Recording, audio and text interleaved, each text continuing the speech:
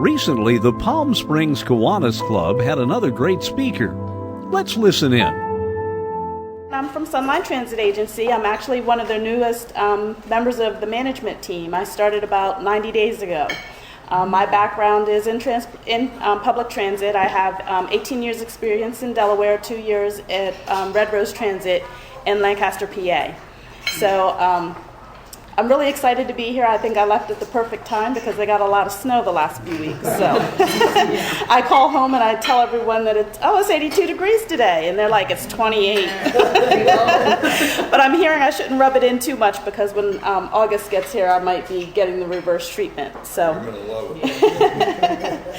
So one of the big points, selling points for me in choosing to come here to the Palm Desert and to choose a career path with SUNLINE was their innovation with low emissions technology.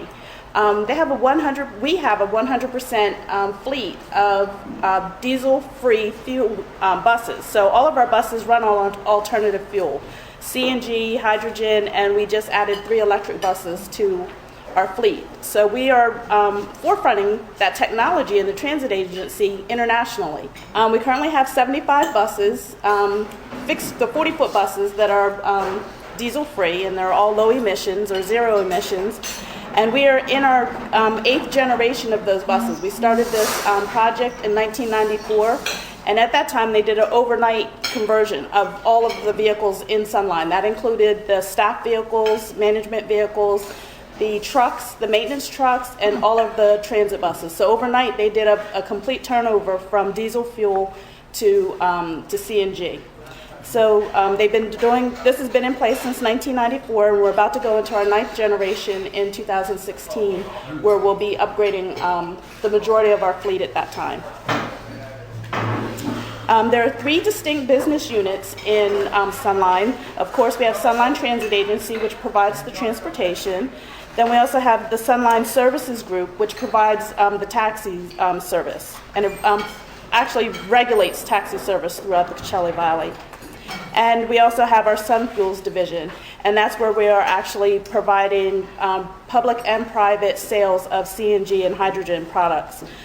We have a fueling station in Thousand Palms and a fueling station in Indio. And both of those stations are open 24 hours, 7 days a week. Some quick facts: we have 15 bus routes. This past service change in January, we implemented the new Line 20 Express service, which goes from Desert Hot Springs directly to the College of the Desert. And what we've learned in the last 3 or 4 weeks is that many of the students are liking the service because what used to take them 2 hours to commute to school from Desert Hot Springs now takes them 45 minutes. So we're anticipating a great ridership base in that Line 20 over the next few weeks when school starts. Actually, classes started again this week, so we're looking to see big changes in that route. We also extended our service on the Route 111 from just ending in Indio. We now also go to Coachella. So that was a high demand, and we've maintained the frequencies of every 20 minutes. So at every bus stop, you should see a bus every 20 minutes along the Route 111. During fiscal year 15, we provided 4.2 million revenue miles, serving 4.8 million passenger rides. And we currently have 227 union operators and 88 non-union positions. So we employ about 315 employees with SUNLINE.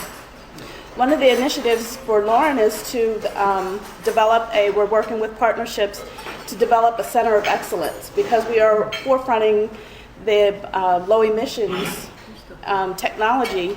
We would like to bring students here to the Coachella Valley to actually learn how to provide maintenance to these vehicles.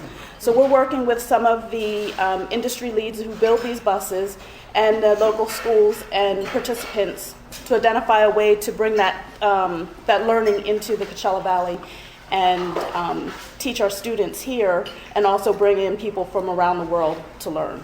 As we continue on throughout the year, we're always looking for service expansion and how we can improve service for the people that we provide transit for.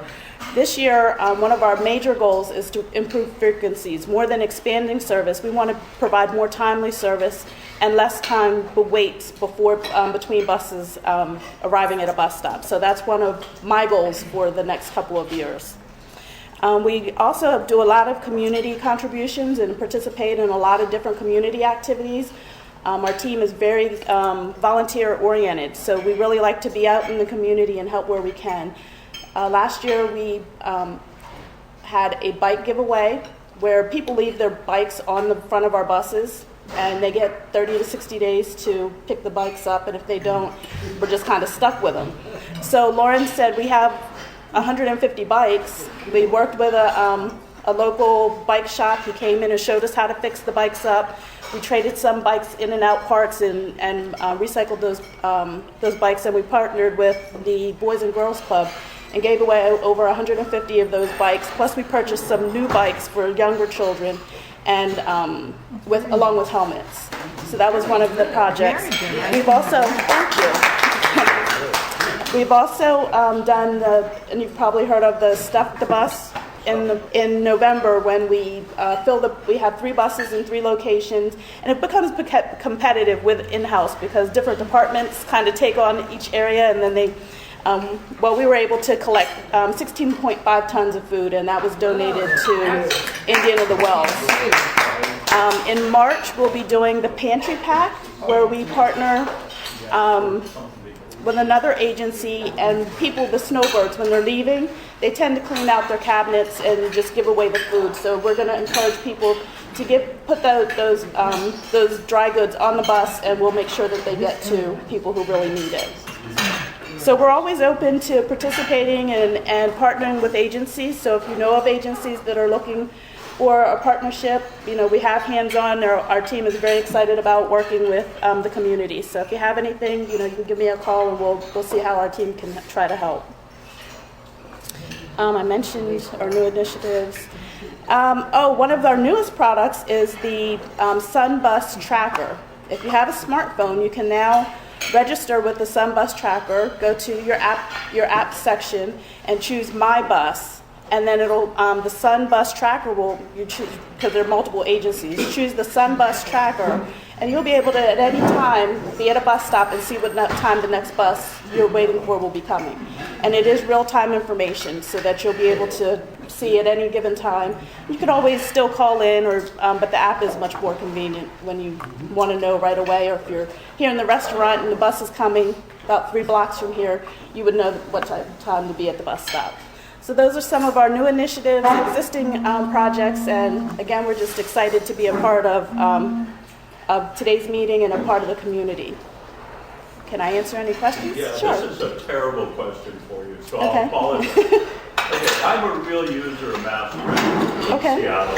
Mm-hmm. Okay, my biggest bugaboo is, how can I take a bus from here to LAX and still be alive by the time I get there if it doesn't take too long a time? There seems to be a disconnect with communities, and we have guests that fly into LAX. The worst thing I can think of is driving with. Is there any regional plan to connect some of these things? I know Amtrak shows up here, 2 o'clock in the morning or something like that. We do have Greyhound, who now serves our Palm Springs bus hub. So the Greyhound is an option. They make 4 trips in the morning and 4 trips in the evening, late afternoon, evening. And we are working with the Riverside County Transit Group to improve transit programs between here, the Coachella Valley, and LA. We do have the Sundial, which is the complimentary paratransit service to our fixed route service. So anywhere within 3/4 of a mile of a fixed route, a qualified passenger could call in for a trip a day in advance, at least 24 hours in advance, and they would have curb-to-curb service. Correct, and that it does include an application process.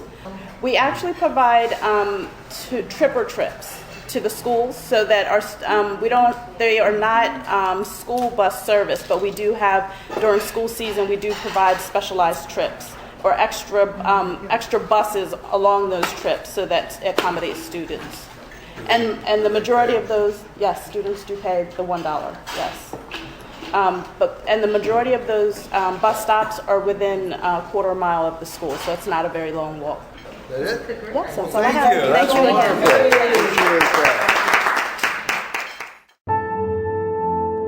For more, go to KIWANISPalmSprings.org.